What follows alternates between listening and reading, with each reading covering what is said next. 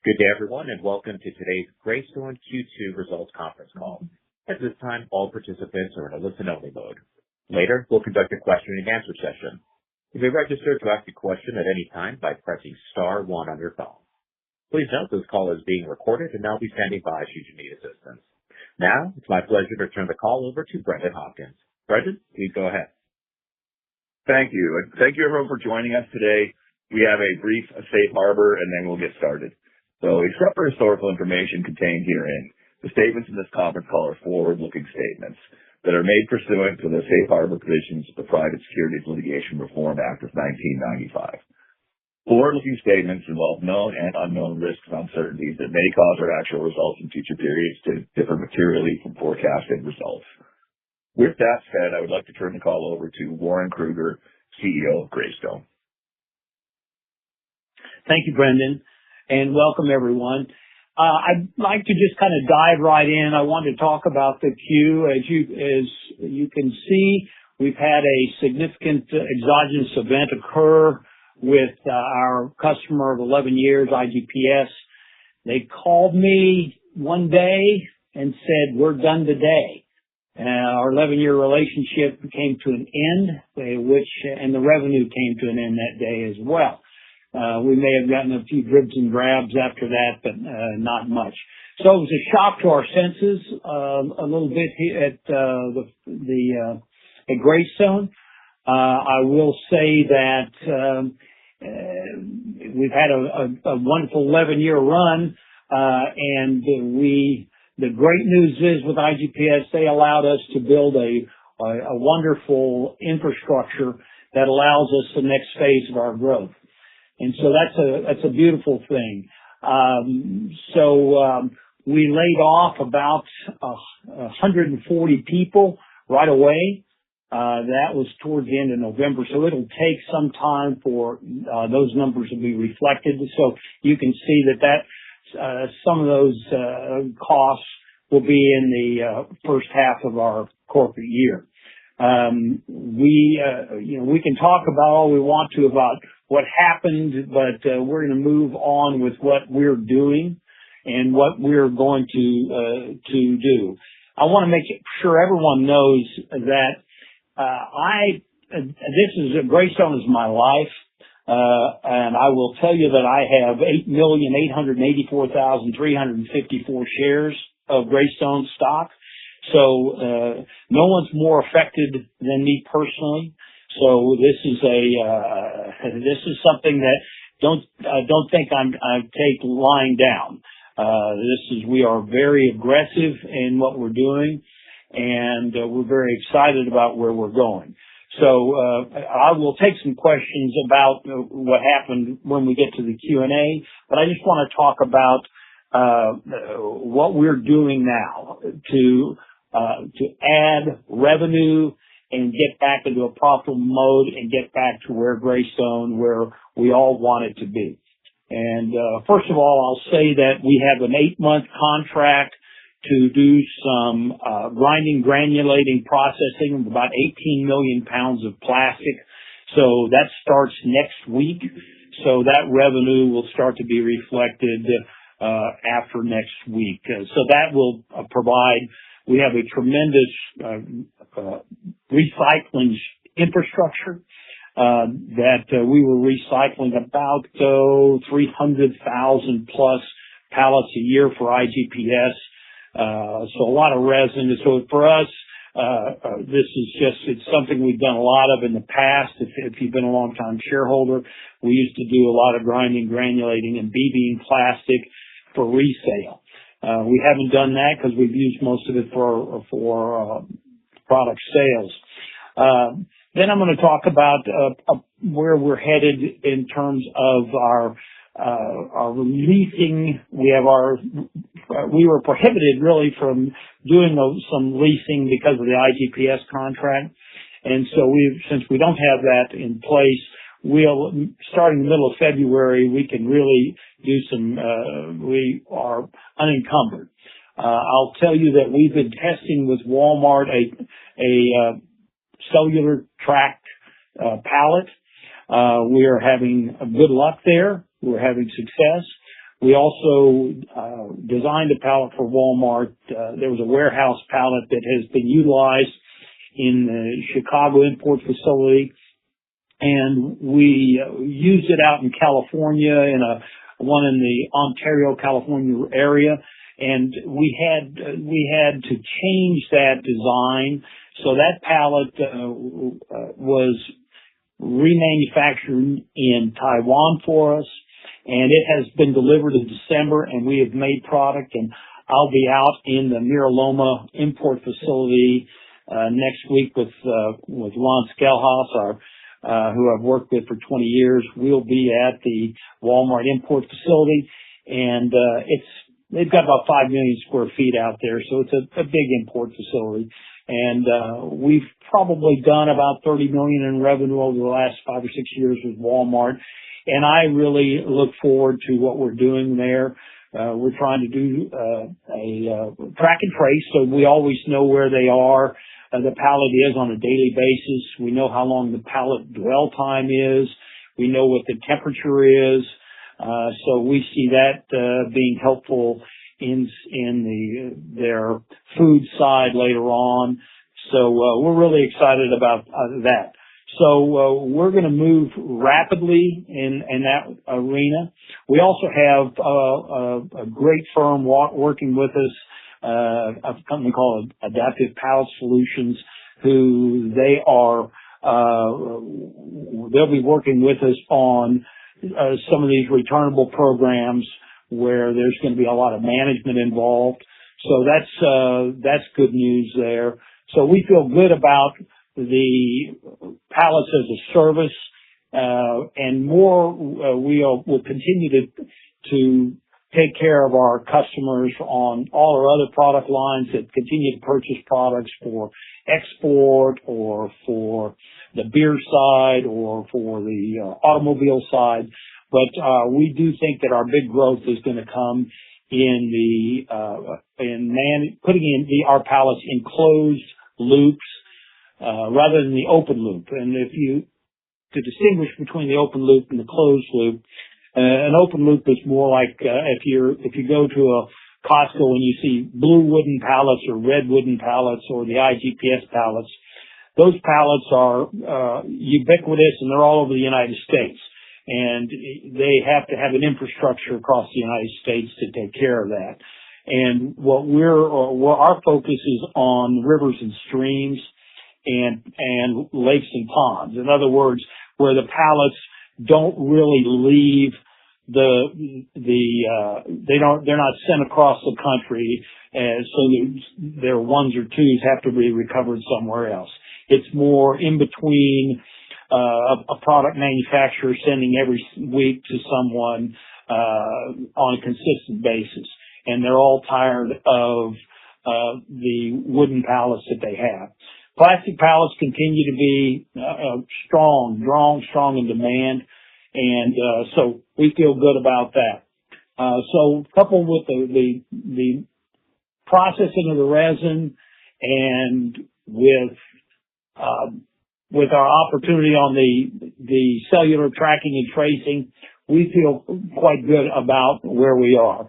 I think it'll take a couple quarters for us to add good revenue, but I anticipate in the next 6 months that we'll be back on track, and we won't have this punch in the nose, which it was. It'll just take us a little time. I've been doing this now for 23 years. It's not the first time we've been punched in the nose, and I'm sure it's not the last time I'll be punched in the nose. So anyway, I look forward to answering questions, and I'm going to keep this kind of brief because I know there's a lot of questions that need to be asked. So at this time, if there's, I'd just like to open up to questions and answers. If you'd like to ask a question, please press star one on your phone now, and you'll be placed into the queue in the order received. Again, everyone, star one for a question, and we'll pause briefly to form the queue.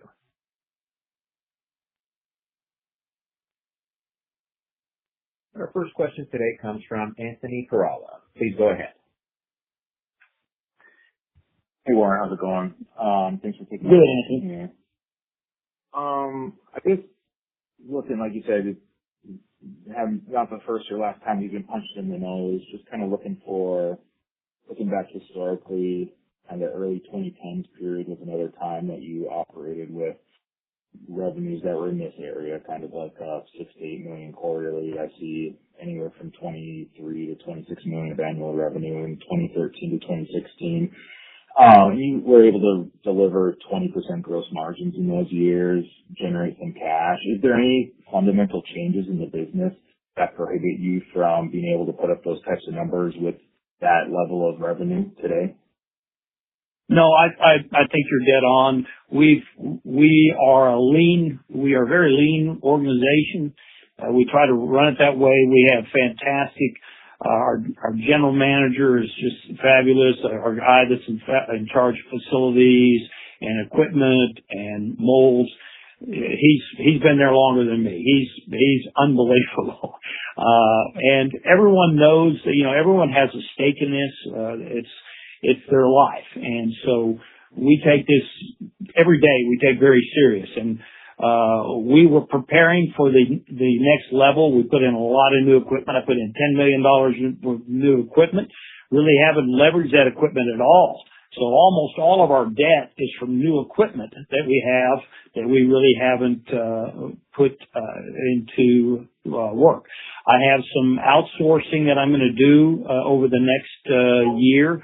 I've got people who've contacted me and asked me if I have extra capacity to produce some things. So we'll be doing some outsourcing, some other products. We have been asked to do a couple other non-pallet type programs, like for showers, plastic bases for these outdoor showers. So we've been asked to do that. So we'll be doing a lot more of that type of thing. And to answer your question specifically, yeah, I think that we'll have our numbers in order. I'll make sure that we have cash on hand to run the business. As if we've always done that, if necessary, we'll get the money that we need. And our banks, we've gone to an interest only for the calendar year 2026 with our bank IBC. And so our payments were about $250,000 a month, and they'll now just go interest only. So it'll be a significant help on our cash flow. And they've been great to work with and have no issues whatsoever. Do you have any, on that piece that you mentioned in the queue, just kind of continue to negotiate an extension of the revolver, any update on those negotiations? Oh yeah, it's no problem. It's just they're waiting for the end of it, and I just talked to, as a matter of fact, I met with him last Friday, and the guy that I work with, and that'll be renewed. Okay. And then one just kind of more philosophical, like you had pointed out, you own 8 million plus shares here. Some of your partners, you get close to 50%. A check to purchase the entire other part of the business that you don't own is fairly reasonable, all things told. So I'm just curious if that's something you're evaluating, or a management buyout, something like that. It's just curious what you think of that. And I guess more of an open-ended question. That is an interesting question, and I will tell you the last 90 days have been more of really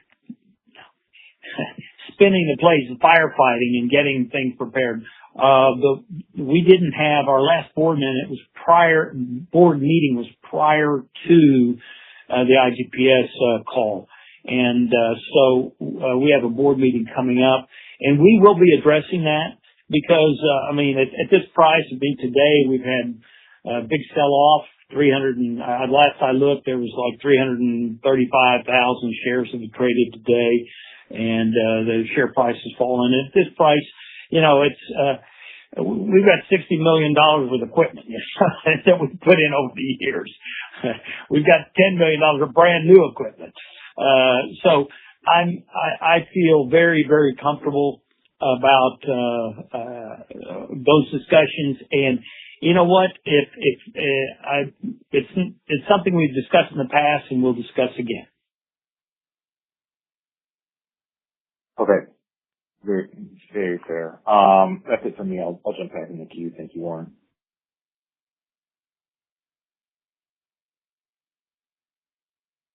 Next up, we have Adam Posner. Please go ahead. Hey, Warren. Thank you for your time and frankly swift action during this potentially turbulent time. My question really is around morale. So, given the recent layoffs and the news around IGPS, how's the team morale at the facility and sort of beyond? I thank you for asking that question because I'm concerned about that. I care about those who I work with, and I care about those who work with me a long time.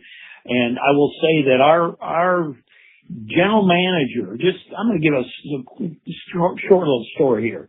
Our general manager is Marilyn Carter. Marilyn came to us when she was about 25 years old and a single mother. We sent her over the years. We sent her to school. She got her undergraduate degree. She got her master's degree at Drake. She has grown, and she's been with us 20 years almost.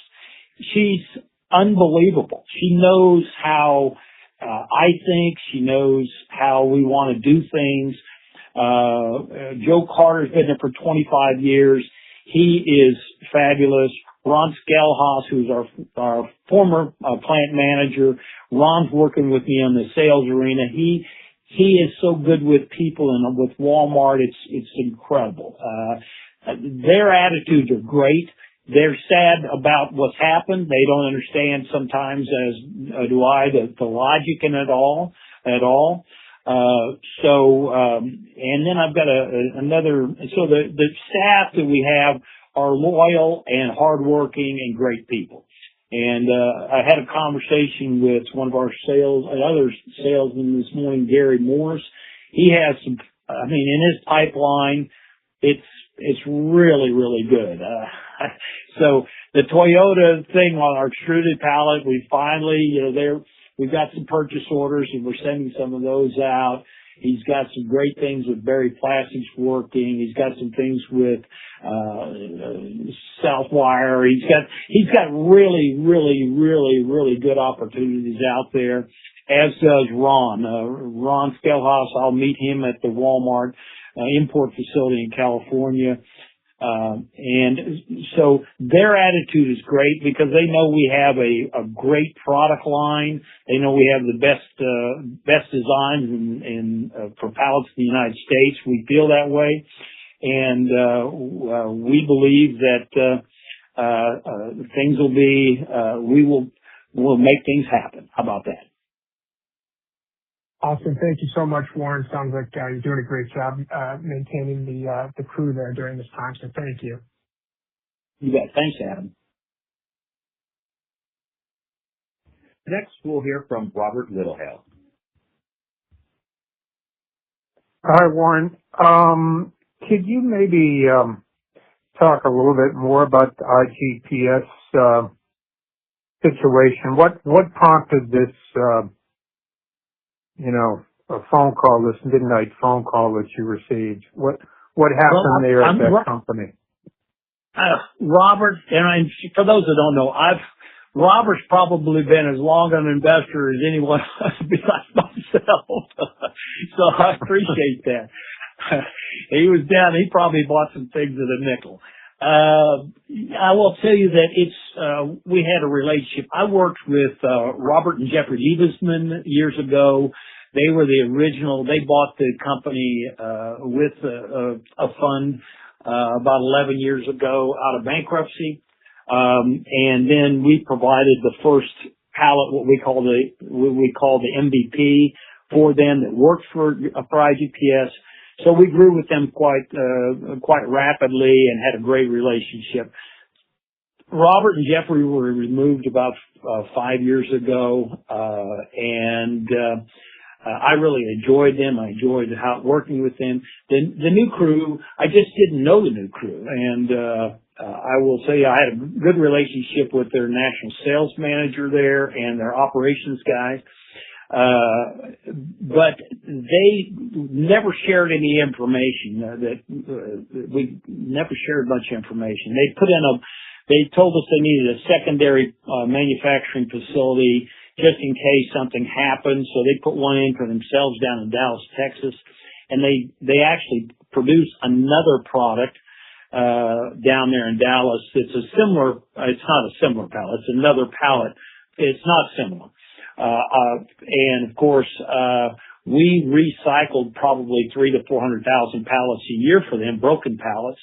So it's not easy. It's not for the faint of heart to do this. I mean, it's a lot of resin. It's moving metal out, taking metal out. And I think what happened there is the fund that was in originally 11 years ago, I believe that they meant to be in for about 5 years, and here they are 11 years in. And I don't know if they had to do a secondary fund to take that position. I'm not sure because I'm not privy to that. But I just believe that they tried to sell this last year and couldn't sell. And I think they finally said, okay, we're not going to be in a growth mode anymore. We're going to be in just let's reap what we've sown, and let's just flatten out, and we'll just do maintenance. We'll just do maintenance on our pallets, and we just won't grow. So, because when you take 800,000 pallets out of the system on an annual basis, that's going to slow your growth. And so I believe that that's the case, Robert. I just think that whoever the money people are, said, okay, time to just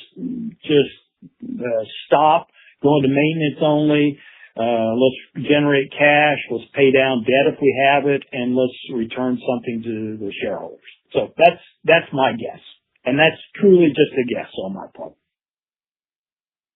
The closed loop pallets, from a manufacturing standpoint, is it different? And do you have to retool in order to produce those, or maybe you could talk about that? Well, we have multiple different pallets that we can put cellular devices in. The whole technology with cellular devices has changed just because the battery life is long, like 7 years. I mean, now you can put one out and then depreciate your product over 7 years, and you know where it is every single day. That's pretty interesting. It's also, you're putting a fire alarm in every single pallet you put out there, because you can set the temperature and have it notify you at a certain level. So the technology is just unbelievable. And so we believe that we can tie in with existing RFID systems and tie the RFID that customers are currently using with the cellular device, so that we can know where the product is. And then if you have to go down to an individual level and find a specific pallet with maybe a product on there, you can do it with existing RFID, hand scanners and so forth. So just the interest in this is really high. And there's a lot of discussions within this industry about because it is an asset. At the end of the day, you buy these pallets, they're an asset, and it's easy to float away. This is a big country, and now it's funny because we can monitor these things and we know where they are every single day within meters. So it's pretty great. So the customer achieves economies of scale and productivity enhancement by using these closed loop pallets, I presume. Yes, and I'll give you an example. We're talking to a Midwestern company that they just have used CHEP for so long, and they're just done with wood. They just said to us finally, hey, we are just so done with wood. We got a big bill for the lost pallets, that we don't think that we lost them, but it's hard to find out who's. You start pointing fingers at one another.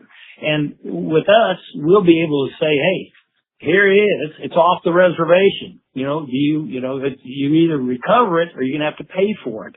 And so it's not ambiguity. It's going to be real life. It's going to be data. It'll be data driven. And we also know people say, oh, my pallets turn really rapidly. And then you can say, well, they've been sitting for 40 days. So you can also help with some of the things that people believe happening within their systems, but not happening. So the data and information is powerful. And we believe that we can help customers deliver information. Final question, so your head count is what currently? Oh gosh, it's probably in the 80s. Yeah, it's low. We've been as high as 250, and I think we lost 140. I think we're in the 80 range, something like that. Okay, great. Thank you, Warren. Thank you, Robert, very much. Once again, everyone, press star one for a question.